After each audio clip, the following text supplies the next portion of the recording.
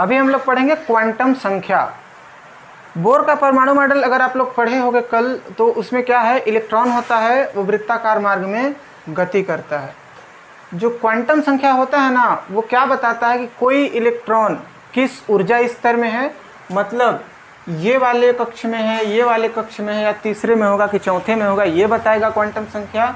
इसके बाद क्या बताएगा, वो चुंबकीय बताएगा कि वो अनुचुंबकीय है कि प्रतिचुंबकीय है जो पदार्थ है ना वो। इसके बाद क्या बताएगा, चक्रण की दिशा, कि वो इस दिशा में घूम रही है या इस दिशा में घूम रही है। जो ये सारी चीज़ों की जानकारी देगा उस संख्या को क्या बोलेंगे, क्वांटम संख्या। डेफिनेशन क्या हो जाएगा, ऐसा संख्या या ऐसी संख्या जो किसी परमाणु के ऊर्जा स्तर, चुंबकीय गुण और चक्रण की दिशा बताए, उस संख्या को बोलेंगे क्वांटम संख्या।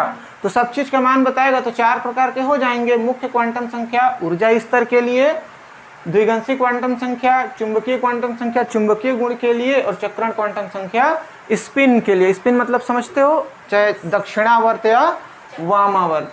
सबसे पहले पढ़ेंगे मुख्य क्वांटम संख्या। इसका डेफिनेशन क्या हो जाएगा, ऐसा क्वांटम संख्या जो सिर्फ और सिर्फ ऊर्जा स्तर के बारे में बताए। किसके बारे में, ऊर्जा स्तर के बारे में बताए, उसको बोलेंगे मुख्य क्वांटम संख्या। ऊर्जा स्तर का मतलब कि इलेक्ट्रॉन पहले कक्षक में है, दूसरे कक्षक में है या तीसरे कक्षक में है। मुख्य क्वांटम संख्या को दर्शाते हैं n से। अगर n बराबर 1 मान लें, कितना बराबर, n बराबर मान लें 1, तो n बराबर 1 पहले कक्षक में होगा। कितने में होगा, पहले में। और पहले कक्षक का नाम क्या होता है, k। तो n बराबर 1 किसके लिए काम करेगा, k। अगर n बराबर दूसरा कक्षक मान लें तो k के बाद कौन सा कक्षक आता है, n बराबर 3 माने तो कक्षक कौन सा हो जाएगा, m। और n बराबर अगर 4 माने, k l m के बाद कितना आ जाएगा, n। अब जो मुख्य क्वांटम संख्या होता है वो यह भी बताता है कि किस कक्षक में कितना इलेक्ट्रॉन होता है।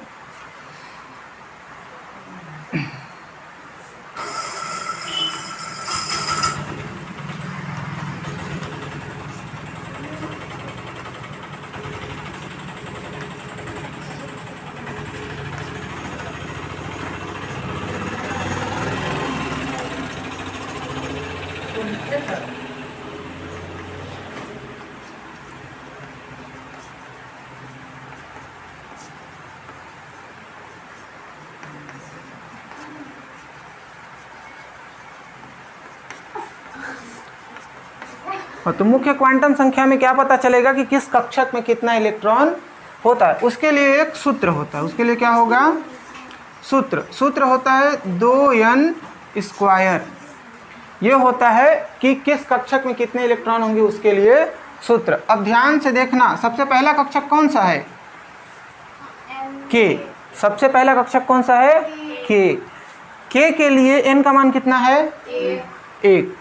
तो सूत्र क्या होता है, 2n स्क्वायर। तो 2 n के जगह पे कितना आ जाएगा, 1, और उसका कर देंगे स्क्वायर। तो 2 गुणा 1 का स्क्वायर कितना होगा, तो 2 1 कम। तो पहले जो कक्षक होगा ना उसमें कितने इलेक्ट्रॉन आएंगे, 2 इलेक्ट्रॉन आएंगे। k के बाद कौन सा कक्षक आता है, l कक्षक आता है। l में 2, n का मान कितना होगा, 2 स्क्वायर आ जाएगा। 2 स्क्वायर का मान कितना होता है, 4। 4 दूना 8। जो दूसरा कक्षक हो ना उसमें कितने इलेक्ट्रॉन भराएंगे, 8। यहाँ से ऐसे तीसरा कक्षक बनेगा और उसके बाद कौन सा कक्षक बनेगा, चौथा कक्षक बनेगा। k के बाद क्या, l m आएगा। तो m बराबर सूत्र में क्या आता है, 2। तो 2 n स्क्वायर करेंगे तो m के लिए कितना हो जाएगा, 3 का स्क्वायर। तो 2 गुणा 3 का स्क्वायर कितना हो जाएगा, 9। तो 2 9 कितना हो जाएगा, 18। तो जो तीसरा कक्षक होगा उसमें कितना इलेक्ट्रॉन भराएगा, अधिकतम इतने भरा सकते हैं ना, इससे कम भी हो सकते हैं, लेकिन अधिकतम 18 ही होगा। 18 से 19 नहीं होगा। अगर 18 से 19 होगा तो एक ठो इसमें चला जाएगा। m के बाद अगर n की बात करें तो n में सूत्र में क्या आता है, 2। देखो यहाँ पे 1 का स्क्वायर, 2 का स्क्वायर, 3 का स्क्वायर। अब किसका स्क्वायर आ जाएगा, 4 का स्क्वायर। तो 2 गुणा 4 का स्क्वायर कितना होता है, 16 दूनी कितना हो जाएगा, 32। तो जो सबसे लास्ट में इलेक्ट्रॉन आएगा वो कितना आएगा? 32। तो इतना जानकारी किसके द्वारा मिला हमको? मुख्य क्वांटम संख्या के द्वारा। क्या क्या जानकारी मिला? कौन से ऊर्जा स्तर में कोई इलेक्ट्रॉन है। अगर किसी परमाणु में टोटल 10 इलेक्ट्रॉन है, कितने इलेक्ट्रॉन है टोटल? 8 और 2 कितना हो जाएगा? 10। तो वो परमाणु कहाँ पे पाया जाएगा? एल वाले में पाया जाएगा। अगर टोटल 15 इलेक्ट्रॉन है, कितने हैं? 15, तो 18 के पहले हैं, तो इस वाले में पाया जाएगा। किस में पाया जाएगा? एम में पाया जाएगा। अगर 18 से अधिक हैं तो किस में पाया जाएगा? इसमें। तो मुख्य क्वांटम संख्या के द्वारा ऊर्जा स्तर के बारे में जानकारी मिल गई और किस कक्षक में मैक्सिमम कितना इलेक्ट्रॉन भर सकता है इसकी जानकारी मिल गई। चलो इसके बारे में इतना लिख लो। मुख्य क्वांटम संख्या के बाद दूसरा है द्विगंशी क्वांटम संख्या। उसी के आगे बढ़ेगा ना। मुख्य क्वांटम संख्या में के, एल, एम, एन में कितने इलेक्ट्रॉन आएंगे ये पता चलता है। द्विगंशी क्वांटम में पता चलेगा कि इसके अंदर कितनी उप ऊर्जा स्तर होते हैं या और कौन कौन से कक्षा होते हैं। तो और कौन कौन से कक्षा हो सकते हैं? देखो, यस कक्षक, पी कक्षक, डी कक्षक और एफ कक्षक। ये इनको बोला जाता है उप कक्षा। क्या बोला जाएगा? उप कक्षा। ये इसी के अंदर में स्थित होते हैं। ठीक है, इस क्वांटम संख्या में एस, पी, डी और एफ के बारे में पता चलेगा। द्विगंशी क्वांटम संख्या को एल से प्रदर्शित करते हैं तो एल का मान 0 से n-1 तक होता है। 0 से कितना होगा? n-1 तक होगा। अब ध्यान से देखना, अगर n का मान कितना हो? 0 हो। n का मान 0 हो तो l का मान कितना हो जाएगा? 0। और अगर n-1 करें तो 1 बराबर कितना आएगा? लास्ट में 0 ही आएगा। अगर n बराबर कितना हो? अगर n बराबर 0 हो तो l बराबर 0 आता है और इसमें आता है यस कक्षक। अब ध्यान से देखना, n बराबर 0, n बराबर कितना? n बराबर 1 तो l बराबर कितना हो जाएगा? 0। n बराबर 1 इसमें काम करता है ना। n बराबर 1, n बराबर 2, n बराबर 3। n बराबर 1 है तो इसमें टोटल कितने इलेक्ट्रॉन हैं? n बराबर 1 आता है तो कौन सा कक्षक आता है? यस कक्षक। और यस कक्षक का ऐसे इलेक्ट्रॉन भरा जाता है और यस कक्षक में अधिकतम कितने इलेक्ट्रॉन आ सकते हैं? 2 इलेक्ट्रॉन आते हैं। तो दोनों का संबंध एक दूसरे से है। अगर n बराबर कितना मान लें हम लोग? 2 मान लें तो l का मान कितना हो सकता है? देखो, l का मान 0 से लेकर के n-1 तक होता है। इसका मतलब समझना, अगर n बराबर 4 है ना तो l का मान 0 होगा, 1 होगा, 2 होगा और 3 होगा। 4 नहीं होगा। क्यों? क्योंकि n-1 तक होता है। n का मान अगर 4 रखें तो 4 - 1 करें तो कितना होगा? 3। तो जो मैक्सिमम वैल्यू जाएगा ना वो कितना तक जाएगा? 3 तक जाएगा। n से 1 कम ही रहेगा। यहाँ n-1 है ना, मतलब n से 1 कम ही रहेगा। तो l का मान कितना हो जाएगा? 0 हो जाएगा और 1 हो जाएगा। 2 नहीं आएगा। क्यों? क्योंकि 1 उससे कम रखना है। अब इसके कितने मान आए? 0 और 1। 0 के लिए कौन आता है? यस। तो 0 के लिए आ गया s और 1 के लिए आ गया p। तो इसमें कौन कौन से होंगे? यस और p। यस में कितने इलेक्ट्रॉन आते हैं और p में अधिकतम कितने आ सकते हैं? तो 2, 4 और 2, 6। टोटल मिला के कितने हो गए? 6 और 2, 8 इलेक्ट्रॉन। तो देखो, n बराबर 2 में कुल मिला के कितने इलेक्ट्रॉन होते हैं? 8 इलेक्ट्रॉन। अगर n बराबर कितना मान लें हम लोग? n बराबर मान लें 3 तो l का मान कितना हो जाएगा? 0, 1, 2। 3 नहीं आएगा क्योंकि n से 1 कम लेना है। तो यहाँ पे क्या क्या चीज़ें आएंगी? यस भी आएगा, p भी आएगा और d भी आएगा। तो यस का 2, p का 6, 6 और 2, 8 और d का 10, 10 और 8 कितने हो जाएंगे? 18। तो यहाँ पे जो भराएगा वो कितना इलेक्ट्रॉन भराएगा? 18। अगर इसके बाद भी आएगा तो 18 के बाद वाला देखते हैं। n बराबर अगर कितना हो? 4 हो तो l का मान कितना हो जाएगा? 0, 1, 2 और 3। अब 0 के लिए s, 1 के लिए p, 2 के लिए d, 3 के लिए f। अब F में अधिकतम कितने इलेक्ट्रॉन भरा सकते हैं? 14। तो 2 और 6 कितना हो जाएगा? 8। 8 और 10 कितना हो जाएगा? 18। 18 और 14 कितना हो जाएगा? 32। तो इसमें टोटल कितने इलेक्ट्रॉन हो सकते हैं? 32। तो लास्ट वाले में कितने इलेक्ट्रॉन आएंगे? 32 इलेक्ट्रॉन। तो ये होता है द्विगंशी क्वांटम संख्या। द्विगंशी क्वांटम संख्या हमको तब पता चलेगा जब मुख्य क्वांटम संख्या का मान पता होगा। अगर मैं आपको दूं कि मुख्य क्वांटम संख्या का मान 6 है तो L का मान तुम लोग निकाल सकते हो क्या? जी। कितना हो जाएगा? 0, 1, 2, 3, 4 और 5। 6 को नहीं लेना है, 6 को नहीं लेना। अगर n का मान 5 हो तब क्या हो जाएगा? 0, 1, 2, 3, 4। समझ गए बात को?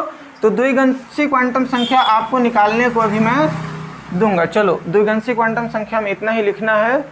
चलिए लिखिए। दूसरा के बाद तीसरा प्रकार आ गया चुंबकीय क्वांटम संख्या। इसमें किसी भी पदार्थ के चुंबकीय गुण के बारे में पता चलता है। देखो चुंबकीय क्वांटम संख्या m, चुंबकीय क्वांटम संख्या किससे दर्शाते हैं? m से दर्शाएंगे। m का मान -L से +L तक होता है। चुंबकीय क्वांटम संख्या m का मान कहाँ से कहाँ तक होगा? -L से +L तक होगा। अब एक सिचुएशन देखना, अगर n बराबर 3 हो, n बराबर कितना हो? 3 हो, तो L बराबर कितना हो जाएगा? 0, 1, 2। अगर L बराबर 0 हो, L बराबर कितना हो? तो m बराबर भी कितना हो जाएगा? 0, क्योंकि m का मान -L से +L तक होता है। L बराबर 0 है, 0 में माइनस लगाओ फिर भी 0, 0 में प्लस लगाओ फिर भी। अगर L बराबर 1 हो, 0 का काम निपटा दिए, कितना हो? 1 हो, L का मान 1 हो, तो जो m का मान होगा ना वो कहाँ से कहाँ तक होगा? -L से +L तक। तो -1, 0, +1 ऐसा हो जाएगा। हुआ ना? -L से +L तक। थर्ड, अगर L बराबर यहाँ पे कितना तक आया है? 2, L बराबर हो 2, तो m का मान कहाँ से कहाँ तक हो जाएगा? -2 से +2 तक, क्योंकि -L से +L तक होता है। L का मान अभी कितना है? 2, तो -2, -1, 0, +1 और +2। अगर n का मान 3 हो तो इतना चीज आपको पता चल जाता है। n का मान 3 हो तो L के मान 0, 1, 2, ये तो 2 यहाँ तक पढ़ चुके थे दूसरे टाइप तक। दूसरे टाइप के बाद जो तीसरा आया ना चुंबकीय क्वांटम संख्या, जिसको m से दर्शाते हैं, m का मान कहाँ से चालू होता है? -L से। कहाँ खत्म होता है? +L। देखो अगर सिंपल सा कहानी, L बराबर 4 मान लो। कितना मान लो? 4। तो जो m का मान होगा ना, अभी मैं कहाँ से बताया? -L से +L, यहाँ से चालू होगा और यहाँ पे खत्म होगा। L का मान कितना है? 4। तो m का मान कितना हो जाएगा? -L करेंगे तो -4, और यहाँ पे बीच में बहुत सारी चीज़ें आएंगी। खत्म कहाँ पे होता है? +L, +L मतलब +4। तो ये हो खत्म हुआ चुंबकीय क्वांटम संख्या।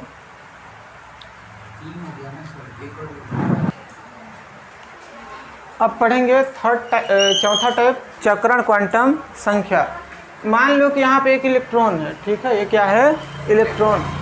ये इसका चक्कर तो लगाएगा, जाहिर सी बात है इसका चक्कर लगाता है, लेकिन अपने अक्ष पर भी ये इलेक्ट्रॉन घूमता है, ठीक है? अपने अक्ष पे भी इलेक्ट्रॉन घूमता है। चक्रण क्वांटम संख्या का मान 2 हिसाब से होता है। चक्रण क्वांटम संख्या का मान या तो +1/2 होता है या -1/2 होता है। कितना होगा? +1/2 या -1/2। अगर इलेक्ट्रॉन घड़ी की दिशा में घूमता है, कैसा घूमता है? घड़ी की दिशा में, क्लॉकवाइज। हिंदी में बोलते हैं वामावर्त। अगर घड़ी की दिशा के हिसाब से घूमेगा तो उसको दर्शाते हैं +1/2। अब घड़ी का दिशा कैसा है? घड़ी का जो सेकेंड का सुई घूम रहा है ना, किस दिशा में घूम रहा है? अगर मान लो घड़ी गोलाकार है, यहाँ से स्टार्ट हो रहा है, ऐसे करके घूम रहा है, तो इलेक्ट्रॉन अगर ऐसे घूम के गति करे तो उसकी गति क्या हो जाएगी? +1/2। क्लॉकवाइज का उल्टा क्या हो जाएगा? Anti clockwise. हिंदी, हाँ, इसका विपरीत हिंदी क्या हो जाएगा? वामावर्त का दक्षिणावर्त।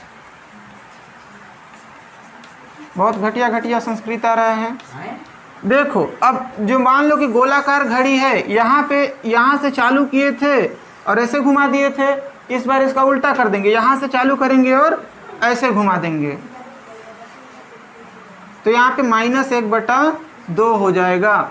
अब ऐसा क्यों होता है? ऐसा इसलिए होता है कि मान लो यस कक्षक में कितने इलेक्ट्रॉन भरे हैं?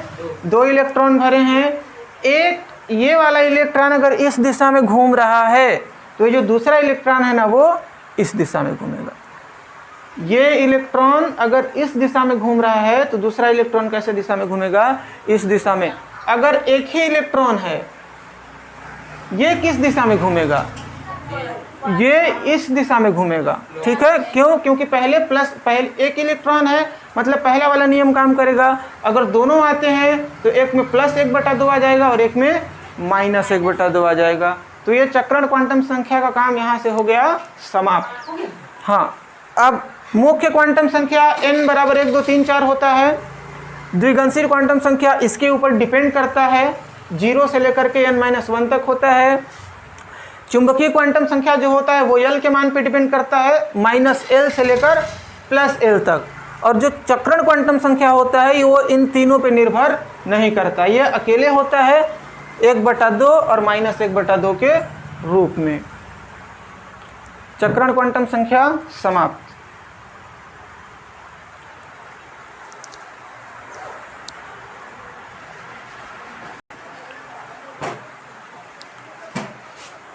आप मेरे को कुछ नहीं बोल सकते। ठीक है, क्योंकि तुम